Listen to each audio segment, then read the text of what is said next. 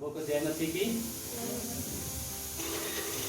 आइए हम लोग निकालेंगे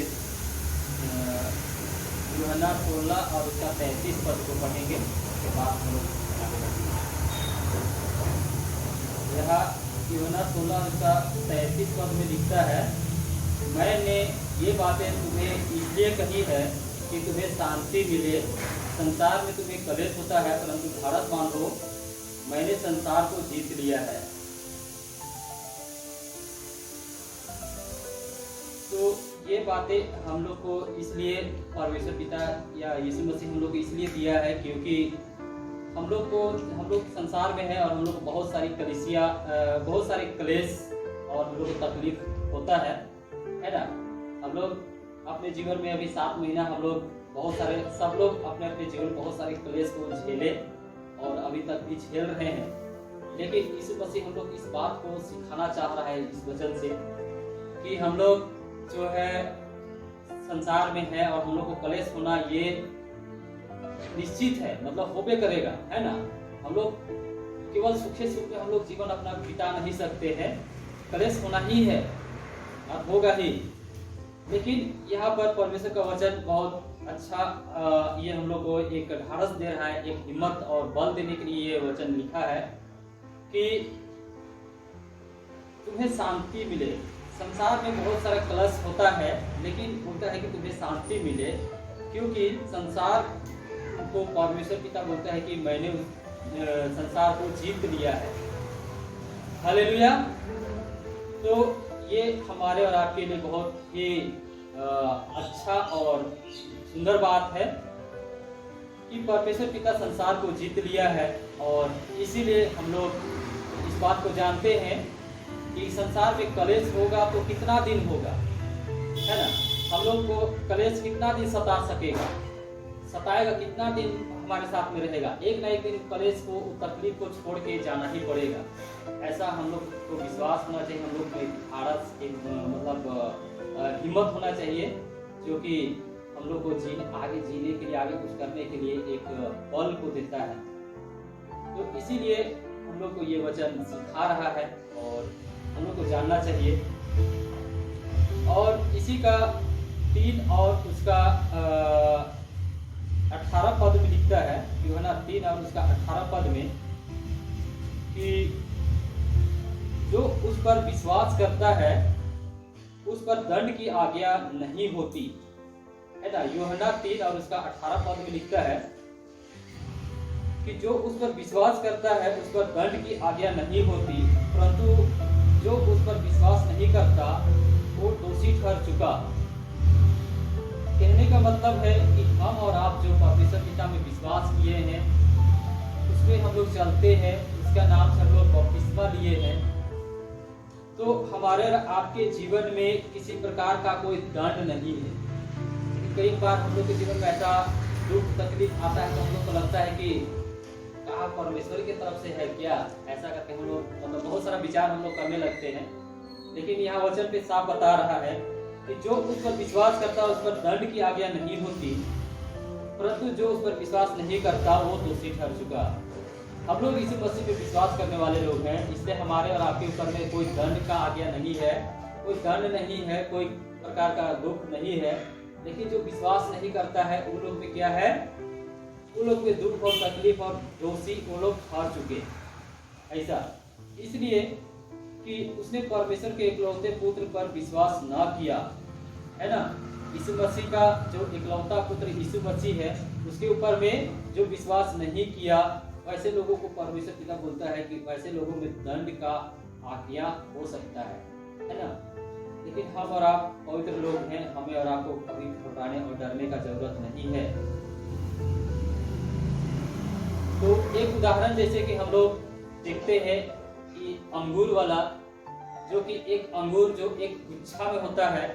पिछले दिन जब हम एक ठेला में जब ये अंगूर का फल खरीद रहे थे तो गुच्छा में था, उसको जब खरीद रहे थे तो उसको बोला 120 रुपये किलो है। तो हम बोले कि जो नीचे जो गिरा हुआ है, जो जमा किया हुआ है, उसको कैसे दे रहे हैं? बोलता है 30 रुपये किलो। तो वही हम बोले इसको कि भाई ये जब गुच्छा में है तो इसको 120 रुपया, इसको इतना कम में करके क्यों बेच रहे हैं? तो बोलता है कि जो झड़ जाता है उसका रेट कम हो जाता है ऐसा करके। मतलब 120 रुपये किलो जो अंगूर था उसका झड़ जाने के बाद उसका 30 रुपये किलो आ गया, मतलब आधा से भी कम, आधा से आधा हो गया ऐसा। तो कहने का मतलब है कि जब वो अंगूर जब एक गुच्छा में होता है तो उसका वैल्यू बहुत अधिक होता है, बहुत अच्छा होता है, लोग उसको पसंद भी करते हैं और उसी को लेते हैं। लेकिन जब वो उस गुच्छा से अलग हो जाता है तो उसका वैल्यू आधा से भी आधा हो जाता है। कहने का मतलब है कि हम जब मसीह लोग हम लोग जब एक कलीसिया में होते हैं, एक संगति में होते हैं, एक हम लोग झुंड में होते हैं, तो हमारा वैल्यू जो है परमेश्वर की नजर में बहुत है। और शैतान इस बात को जानता है कि हमें और आपको कुछ नहीं कर सकता है ना, हमारा मूल्य बहुत अधिक होता है, इसलिए कुछ नहीं कर सकता। लेकिन जब हम और आप जब अलग हो जाते हैं, टूट जाते हैं, वहाँ से जब हमारा अलग हो जाता है तो उसका वैल्यू बहुत कम हो जाता है। और शैतान वही समय में हमें और आपको क्या करता है, परखता है, हमको तहस नहस करने की कोशिश करता है, हम लोग को और मतलब नष्ट करने का कोशिश करता है। तो यहाँ पर यही है कि हम लोग को हमारा जीवन में यही चीज हो रहा था कि कब कलीसिया जाए, कब कलीसिया हम लोग संगति करें। जरूर अलग अलग है, कर रहे हैं, लेकिन जो संतुष्टि हम लोग को जो कलीसिया में जो मिलता है, एक दूसरे से मिलके जो करते हैं, वो चीज नहीं हो पा रहा था। और लग रहा था कि कब ये शुरू होगा, कब ये कोरोना का शक्ति खत्म होगा और कब हम लोग एक जगह मिल पाएंगे, ऐसा करके विचार हो रहा था। और पास्टर से कई बार बोल भी रहे थे कि कब शुरू करेंगे, कब शुरू करेंगे। और बहुत ही अच्छा हुआ कि आज हम लोग ये कर पा रहे हैं और फिर से हम लोग एक झुंड में हम लोग मिल पा रहे हैं और सभी लोग हम लोग मिल के करेंगे। सो बहुत अच्छा सुंदर बात है। और हम लोग एक वचन देखेंगे, अय्यूब का किताब निकालेंगे और उसका 34 और उसका 11 पद में यहाँ पर कुछ बात को लिखा हुआ है। और हम लोग अय्यूब का किताब उसका 34 और उसका 11 पद को अगर किसी को मिलता है तो आप लोग पढ़ दीजिएगा।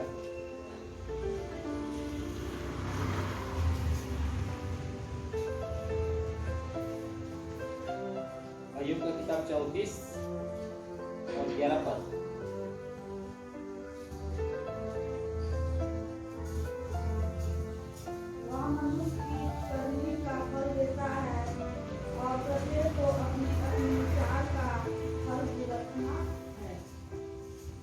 हालेलुया। हाँ, तो यहाँ पर हम लोग देख रहे हैं कि वह मनुष्य को अपनी करनी का फल देता है और प्रत्येक को अपनी चाल का फल भुगताता है ना। तो ये भी बात है कि परमेश्वर हमसे और आपसे कई बार परीक्षा भी देता है। हम लोग हमारा और आपका धीरज को भी देखता है कि कितना दिन ये धीरज धर सकता है ना, कितना ये प्रार्थना कर सकता है, कितना इसके जीवन में तड़प हो सकता है, इस बात को करता है। तो यहाँ पर हम लोग देख रहे हैं कि वह मनुष्य की अपनी करनी का फल देता है और प्रत्येक को अपनी अपनी चाल का फल भुगताता है। और इसका अगर ऊपर में अगर हम लोग देखते हैं तो वहाँ पर लिखता है, इसलिए समझने वालों मेरी सुनो, यह संभव नहीं कि परमेश्वर दुष्टता का काम करे और सर्वशक्तिमान बुराई करे, है ना।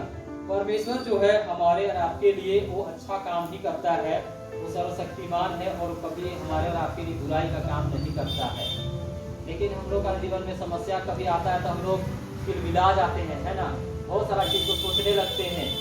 लेकिन परमेश्वर हम लोग को ये सिखाना चाहता है कि ये हमारे और आपके लिए आशीष का कारण होता है। जैसा कि हम आप लोग को बताया गवाही में कि जो हमारे जीवन में जो गुजरा और हम सोच रहे थे कि ऐसा क्यों होता है, ऐसा क्यों होता है, ऐसा करके, लेकिन परमेश्वर उससे भी हम लोग को समझने के लिए एक उदाहरण को एक हमारे जीवन में विनती प्रार्थना का जीवन जो घटी कमी उसको पूरा करने के लिए ये एक चीज मतलब लाता है। हम और आप जब सब चीज अगर सही चलता है तो हम लोग क्या करते हैं, एकदम निफिकिर हो जाते हैं, है ना, एकदम निफिकिर होकर चलने लगते हैं। लेकिन जब कुछ ऐसा होता है तो हम लोग क्या करते हैं कि परमेश्वर की ओर हमारा और आपका झुकाव होने लगता है। हम लोग परमेश्वर से ज़्यादा गिर जाने लगते हैं, प्रार्थना करने लगते हैं, वचन पढ़ने लगते हैं। ऐसा करके हम लोग उस समस्या का समाधान खोजने लगते हैं। तो ये परमेश्वर की तरफ से भी है और हम लोग को समझना है कि जितना ज़्यादा हम लोग परमेश्वर में बने रहेंगे, परमेश्वर से प्रार्थना करेंगे, जितना ज़्यादा हम लोग से मिल के रहेंगे, उतना ज़्यादा हमारा आपके जीवन में आशीष का कारण होगा। हालेलुया। तो सचमुच में इन सारे वचनों से हम लोग को बहुत बहुत आशीष मिले, है ना। हम लोग को एकता में बने रहना है, संगति में बने रहना है। जरूर हम लोग दूर दूर में रखते हैं, लेकिन हम लोग का विचार, हम लोग का जो संगति जो है वो हम लोग को एक साथ हम लोग को मिलना चाहिए और हम लोग मिलकर हम लोग प्रार्थना करते हैं।